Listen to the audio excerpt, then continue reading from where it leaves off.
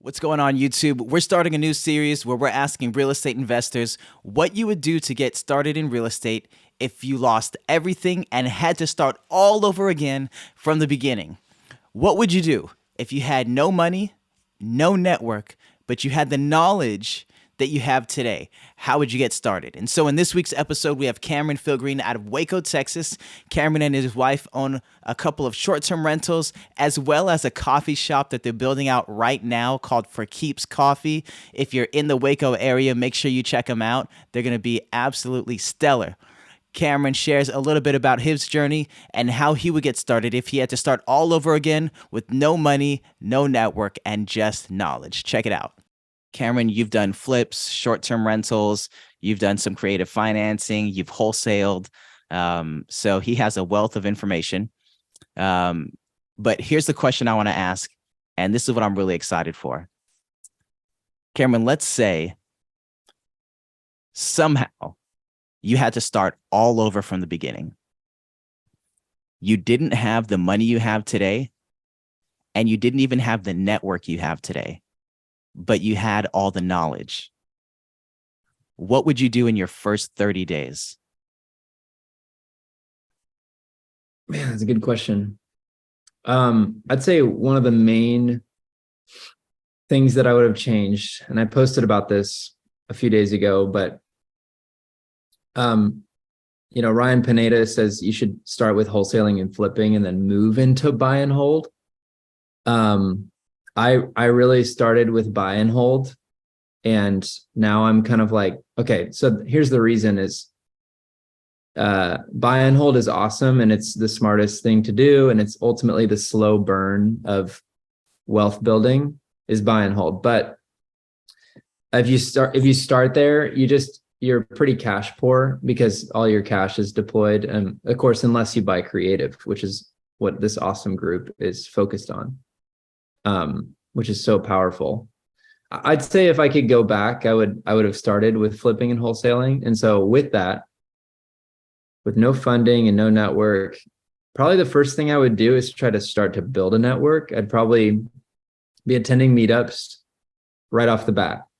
If I had $0 and 0 properties, but I wanted to get into it, I'd say the meetups are huge. I mean, that's the whole reason I'm in this room right now, is because of that meetup where I met Austin. And that'd be number one. I'd say get in the meetups. So you guys are already doing that. Congratulations. I mean, it's seriously, way to go. And keep going to them and keep meeting people and just be outward focused, ask questions. Don't go there to share about yourself. I would share a little bit, but just go there and ask questions and soak up what everyone else. If other people feel loved and concerned about, or like you care about them and you want to help them, then you'll be good. You'll find yourself being helped also. I think that'd be number one. I think just get in the meetings and meet people. And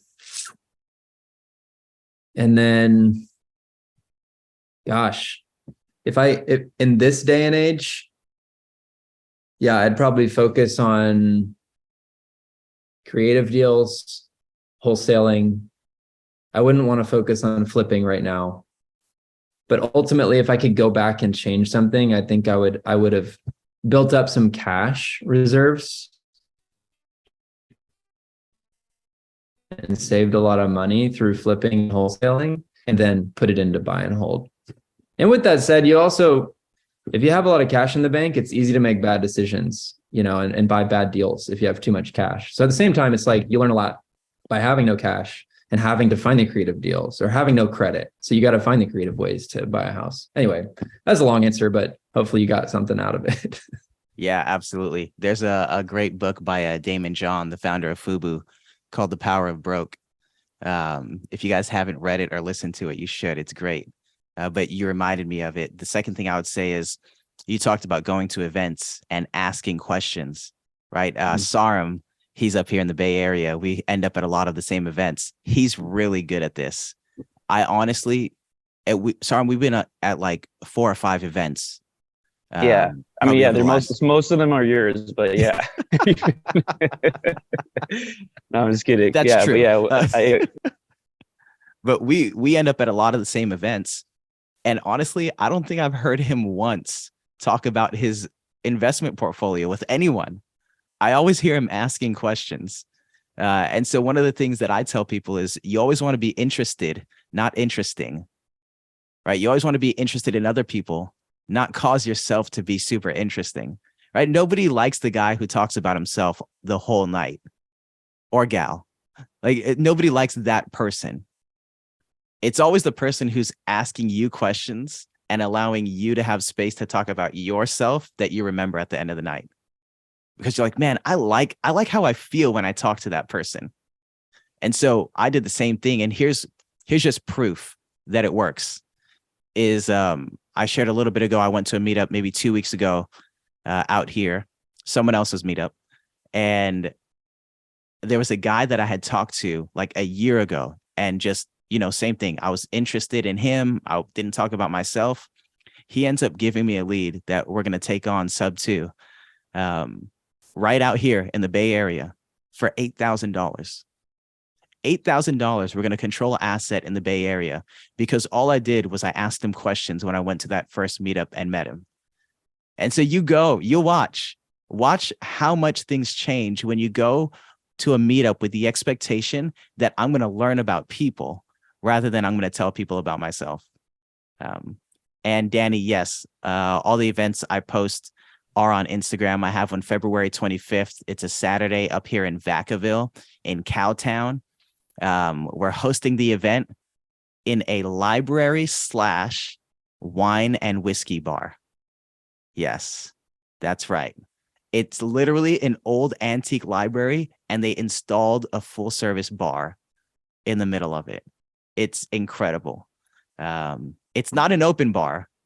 You pay for your own drinks, but you come on out. It'll be really fun. Let's open it up for. Oh, go ahead, Cameron. I just wanted to add on, not just being interested in them, but asking how you can help them. Like anyone can Love be it. a good Yep. listener, but I mean, a lot of people are really good listeners, but they have like no value to offer. So, like make sure that you're saying like things like, how can I help you? Or what are you looking for right now? Or Yep. like, what contact do you need? And they're going to remember that. At least those are the people that I remember. So anyway, I just wanted to I add love that. that. Very good.